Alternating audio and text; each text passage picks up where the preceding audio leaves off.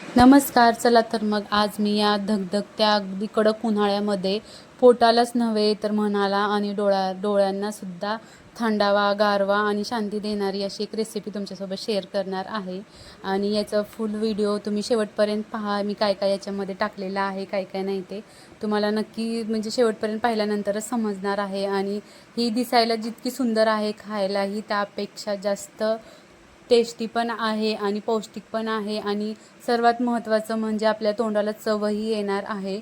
आणि त्याचबरोबर आपलं जी गॅसची बचत आहे तीही होणार आहे. जर आपल्याला भाजी वगैरे करायचा कंटाळा आला असेल, फक्त पोळ्या किंवा भाकरीसोबत किंवा भातासोबतसुद्धा ही रेसिपी आपण म्हणजे खाऊ शकणार आहोत. अशी ही कैरीची मस्त कोशिंबीर तुमच्यासोबत मी शेअर करणार आहे. चला तर मग आता वेळ न दवडता पटापट तुम्हाला इन्ग्रेडियंट्स सांगते सर्व जे काही आहेत ते. इथं आपल्याला म्हणजे उन्हाळ्यात जे काही आपल्याला सहजच मिळतात मार्केटमध्येही गेल्यावर आपल्याला पाहिल्यानंतर तेच इन्ग्रेडियंट्स घ्यायचे आहेत. म्हणजे की काकडी, गाजर, इथं सर्वात महत्त्वाचं कैरी पाहिजे, जी की कवळी कच्ची कैरी असते ती. आणि इथं अद्रक आवर्जून आपल्याला घ्यायचा आहे, थोडासा अद्रकचा तुकडा घ्यायचा आहे.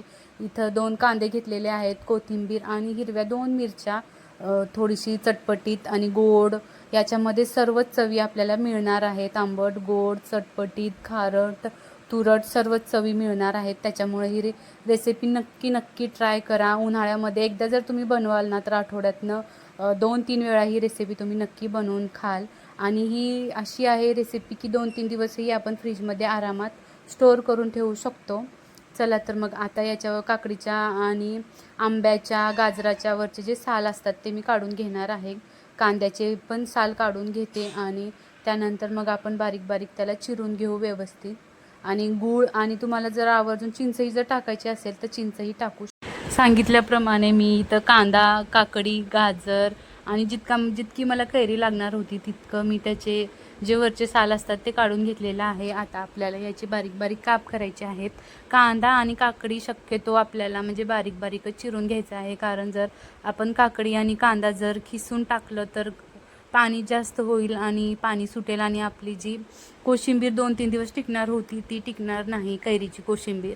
त्यामुळे शक्यतो कांदा आणि काकडी जी आहे ती बारीक बारीक आपल्याला त्याचे हे करायचे आहेत, काप करायचे आहेत आणि मगच ते आपल्याला पुढे वापरायचं आहे, कोशिंबिरीसाठी वापरायचं आहे. तर इथं बारीक बारीक मी कांदा चिरून घेते, काकडी चिरून घेतलेलीच आहे आणि एकदम अगदी बारीक, जितकं बारीक शक्य होईल ना तितकं बारीक छान कांदा चिरून घ्या, जेणेकरून आपल्याला कोशिंबीर खाताना छान असा त्याचा स्वाद येईल. इथं मी बारीक बारीक चिरून घेतलेला आहे, पाहू शकता. आता कैरी मला जितकी लागणार आहे तितकीच टाकते, कारण ही कैरी थोडीशी आंबट आहे. जर गोड असेल तर अख्खी आपण कैरी वापरू शकतो आणि जास्त आंबटही म्हणजे टेस्ट चव त्याची व्यवस्थित लागणार नाही, म्हणून मी कैरी अर्धी कैरी घेणार आहे. कैरी जर गोड असेल तर अख्खी पण आपण वापरू शकतो. आणि जी कैरी आहे ना ते आपल्याला खिसून घ्यायचं आहे. आता कोथिंबीर पण मी इकडं बारीक बारीक चिरून घेते, कोथिंबीर पण भरपूर टाका. आणि उन्हाळ्यात जे आपल्याला गाजर मिळतात ना शक्यतो इकडे तर ह्या अशाच प्रकारचे असतात, ते खूप निब्बर असतात आणि त्याला जरी आपण चाकूने जितकं बारीक जरी कट केलं तरी पण ते कचकच लागतं. त्याच्यामुळं मी हे गाजर जे आहे ते किसूनच घेतलेलं आहे. आता कैरी पण छान अशी किसूनच घेणार आहे, जेणेकरून असं जी कैरीची चव असते ती पूर्णपणे त्या आपल्या कोशिंबीरमध्ये उतरली पाहिजे. त्याच्यामुळं असं छान मस्त खिसून घेते, तुम्हीही खिसूनच घ्या. जर तुम्हाला अजून मिक्सरमधून जर काढून वापरायची असेल तर तेही वापरू शकतो, पण खिसलेलं कधीही चांगलं छान असं आपल्या दाताखाली पण आंब्याचे जे किस असतात ते येतं आणि वेगळीच एक चव आपल्या म्हणजे त्या कोशिंबीरेला येणार आहे. त्याच्यामुळं इथं आता सर्व मी जे काकडी, गाजर, आंबा, कैरी आणि कांदा, कोथिंबीर, हिरवी मिरची सर्व इथं जे आहे ते बारीक बारीक चिरून घेतलेलं आहे. पाहू शकता इथे 1 वाटी दही घेतलेलं आहे. आता हे मी छान मस्त हातानेच मिक्स करणार आहे बरं का. जर तुम्हाला चमच्याने मिक्स परत आपण दही टाकल्यानंतर चमच्याने मिक्स करू, पण अगोदर शक्यतो हे हाताने मिक्स करायचं आहे. आणि याच्यामध्ये आता आपल्याला सर्वात महत्त्वाचं म्हणजे आता मस्त हाताने मिक्स केलेलं आहे, याच्यावरती थोडंसं चवीपुरतं आपल्याला मीठ टाकायचं आहे. आणि त्याच्यानंतर जे गूळ होतं ते खिसून किंवा वाटून आपल्याला बारीक करून टाकायचं आहे असं एकदम.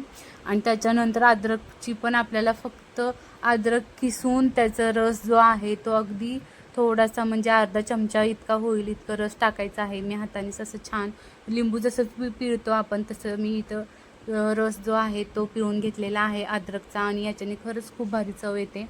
आणि इथं 1 वाटी जी दही आहे ते टाकलेलं आहे.